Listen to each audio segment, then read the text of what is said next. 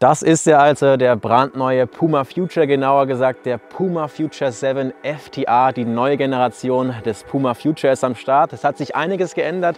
Ob das gut oder schlecht ist, schauen wir wie immer an, jetzt im Review.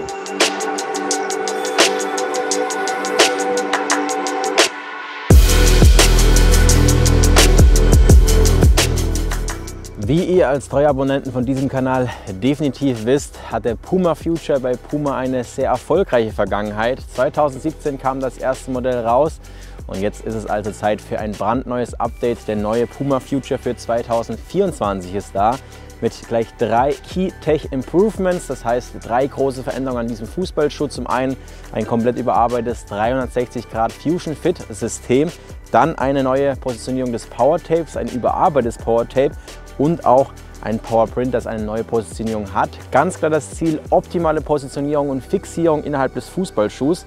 Ob das Ganze wirklich funktioniert, schauen wir uns natürlich jetzt gemeinsam an.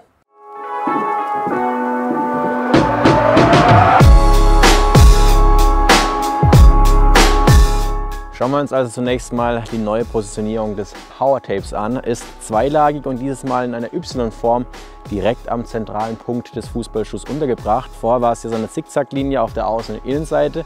Jetzt haben wir das Ganze wirklich zentral im Fokus. Ändert einiges, sowohl positiv, aber auch vielleicht sogar negativ. Kommen wir gleich dazu. Und auch diese Clipstruktur hier außen. Also Clip beinhaltet schon ganz gut die Funktion. Dieses Powerprint-Material hier einmal auf der Außenseite und auf der Innenseite, denkt man zunächst, steht für das Thema Grip, aber ist auch für das Thema Stabilität und Halt zuständig. Das heißt ein Gesamtpaket mit dem Power Tape. Was das Ganze bedeutet, vor allem beim Lockdown, schauen wir uns natürlich im Review gemeinsam an.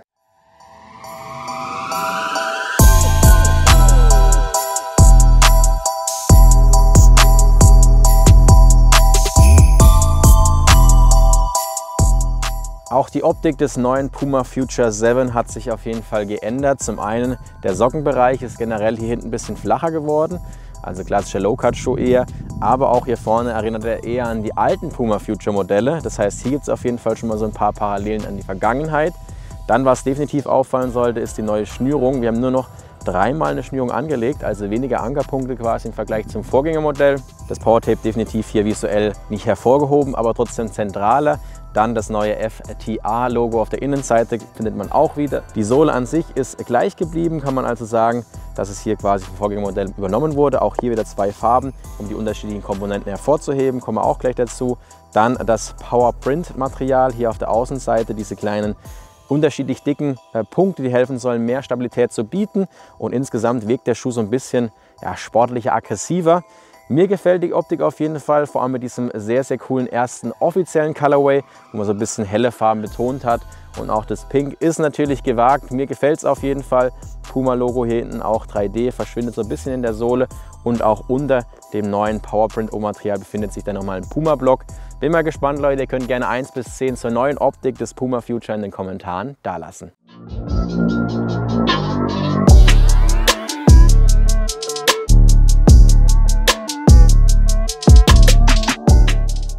Was das Thema Touch angeht, ist der Puma Future klar ein Fußballschuh, der für soften Touch steht. Also wir haben hier ein leicht überarbeitetes Mesh-O-Material. Das wirkt nochmal so ein bisschen direkter, trotzdem sehr, sehr soft. Allgemein, ich weiß nicht, ich bilde mir vielleicht auch ein, ist ein bisschen leichter.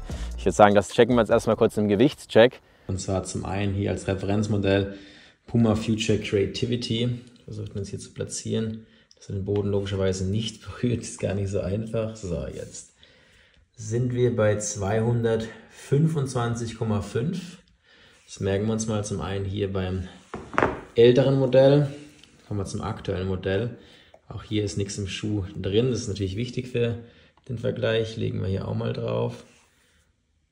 Und wir sind bei 221. Das heißt 4 Gramm Unterschied. Das sollte man nicht spüren. Wie man also sehen kann, am Gewicht hat sich nicht viel geändert. Trotzdem fühlt sich das O-Material so ein bisschen weicher und direkter an. Trotzdem natürlich eher gepolstert. Gefällt mir persönlich aber sehr, sehr gut. Am Ball ein sehr angenehmes und softes Gefühl. Macht der Puma Future definitiv sehr gut. Außerdem neu, ihr habt es gehört, wir haben dieses Power Print Material, diese Erhebungen, die bis in den Vorderfuß laufen. Auf der Außenseite sind sie natürlich ein bisschen dicker, weil hier das Thema Stabilität im Vordergrund steht. Und nach vorne verläuft es in flachere kleine Spots. Das sieht man auch hier beim Lounge Colorway relativ gut, dass es hier noch bis in den Vorderfuß läuft. Erinnert auch so ein bisschen an den Phantom GT beispielsweise, der hat ähnliche Strukturen hier vorne gehabt. Man muss aber ehrlich sagen, Grip ist auf jeden Fall da, macht diesen Fußballschuh aber nicht aus.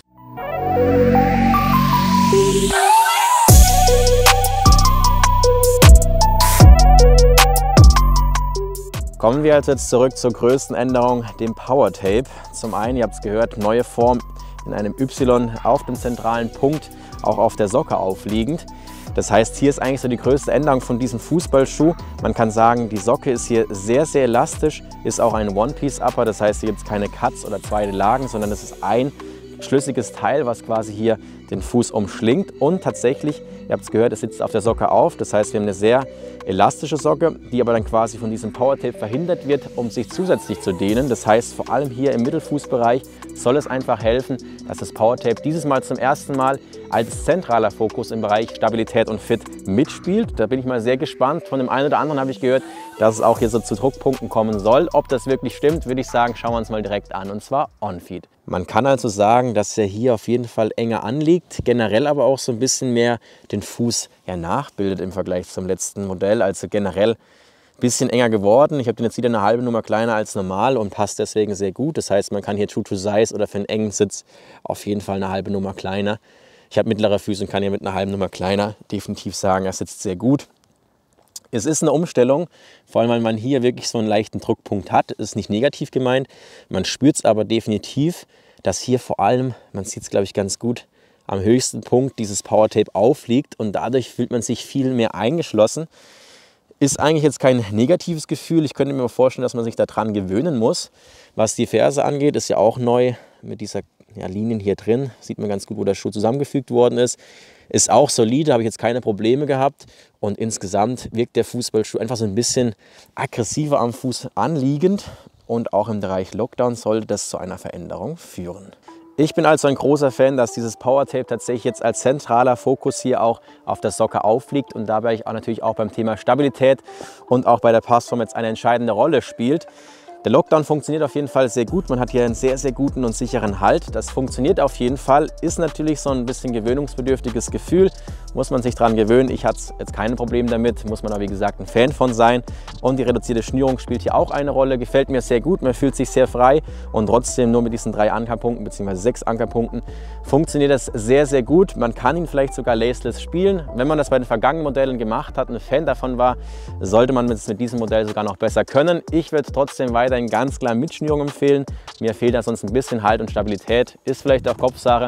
Wenn man es aber feiert, muss man sagen, was das Thema Stabilität angeht, hier definitiv ein Upgrade. Schauen wir uns also hier mal noch die Sohle an und ihr kennt, es ist 1:1 die gleiche Sohle wie beim Vorgängermodell. Macht auch Sinn, die war sehr solide, hatte ich keine Probleme mit. Wir haben auch hier wieder visuell hervorgehoben, vorne, man kann es ganz gut erkennen und auch hören, dass quasi hier dieses leicht flexiblere Teil für das Thema Beschleunigung und hier hinten das weiße Teil eher für das Thema Stabilität. Wir haben auch hier nochmal eine Platte eingearbeitet. Das sieht man zwar, dass es so eine Splitsole angedacht ist, aber trotzdem auch hier unten läuft nochmal ein kleiner stabilerer Teil. Ist eine Plastiksohle und die Stollen, muss man sagen, gehören definitiv zu der aggressiveren Variante. Nennt sich FG-AG, wobei man sagen muss, ist eher eine FG-Sohle. Das schon mal dazu, aber die Stollen an sich und die Sohlenplatte ist hier 1:1 zum Vorgängermodell. Kommen wir also mal zum abschließenden Fazit zur neuen Puma Future 7 Generation. Ich muss sagen, rein optisch für mich auf jeden Fall ein Upgrade, ist aber absolut Geschmackssache. Was das Power Tape angeht, bin ich ein großer Fan davon, dass es endlich die zentrale Rolle auch beim Thema Stabilität und Fit spielt. Muss sagen, ist auf jeden Fall ein Upgrade. Ist jetzt kein komplett neuer Fußballschuh, das muss man auch hervorheben. Das heißt, wenn man den alten Schuh weiterhin spielen möchte, kann man das definitiv tun. So groß ist der Unterschied nicht. Nichtsdestotrotz muss ich sagen, kann man definitiv als Schritt nach vorne von Puma beurteilen. Es kann hier so ein bisschen zu Druckpunkten kommen, je nachdem, ob man einen hohen Spann hat. Das könnte auch ein negativer Punkt sein. Und ich bin auch mal gespannt auf die Haltbarkeit von Power Print. Das schauen wir natürlich dann im nächsten Review gemeinsam an. Was aber auf jeden Fall ein Vorteil bei diesem Fußballschuh ist, ist der Preis. 220 €. Klingt jetzt erstmal definitiv nach viel, ist auch eine Menge Geld, aber im Vergleich zu Adidas und Nike gibt es immer noch 40 bis 60 Euro Unterschied zu den anderen Top-Modellen. Da muss man sagen, hat Puma auf jeden Fall ein gutes Argument geschaffen. Bin gespannt, wie sich diese Puma Future Generation dieses Jahr entwickelt, wie es bei euch ankommt und wie das Ganze auch ohne Neymar läuft. Klar, Neymar gibt es weiterhin, ist aber nicht mehr so im Marketingfokus, wie es bisher war. Eigentlich alles bei Puma wurde eigentlich von Neymar so ein bisschen gestaltet. Deshalb bin ich gespannt, was es dieses Jahr bedeutet und auch, ob der Puma Future Puma so ein bisschen trägt, weil das ganz klar der beste Fußballschuh von Puma ist, zumindest meiner Meinung nach. Bin gespannt, wie ihr das in den Kommentaren seht. Das soll es dann auch schon wieder zum neuen Puma Future gewesen sein. Ich bin sehr gespannt, Leute, auf euer Feedback und Fazit, was ihr zur neuen Generation des immer noch Neymar Fußballschuhs sagt. Falls ihr euch den Schuh sichern wollt, unten in der Beschreibung vorbeischauen. Dort gibt es alle Infos zum Release und gerne auch Feedback und Fazit dalassen mit eurer Meinung. Wir sehen uns dann zeitnah im nächsten Review. Diesen Monat gibt es ja einige neue Fußballschuhe. Wenn ihr das nicht verpassen wollt, Kanal abonnieren und die Glocke aktivieren. Bis dahin, macht's gut, bleibt sportlich, haut rein und ciao.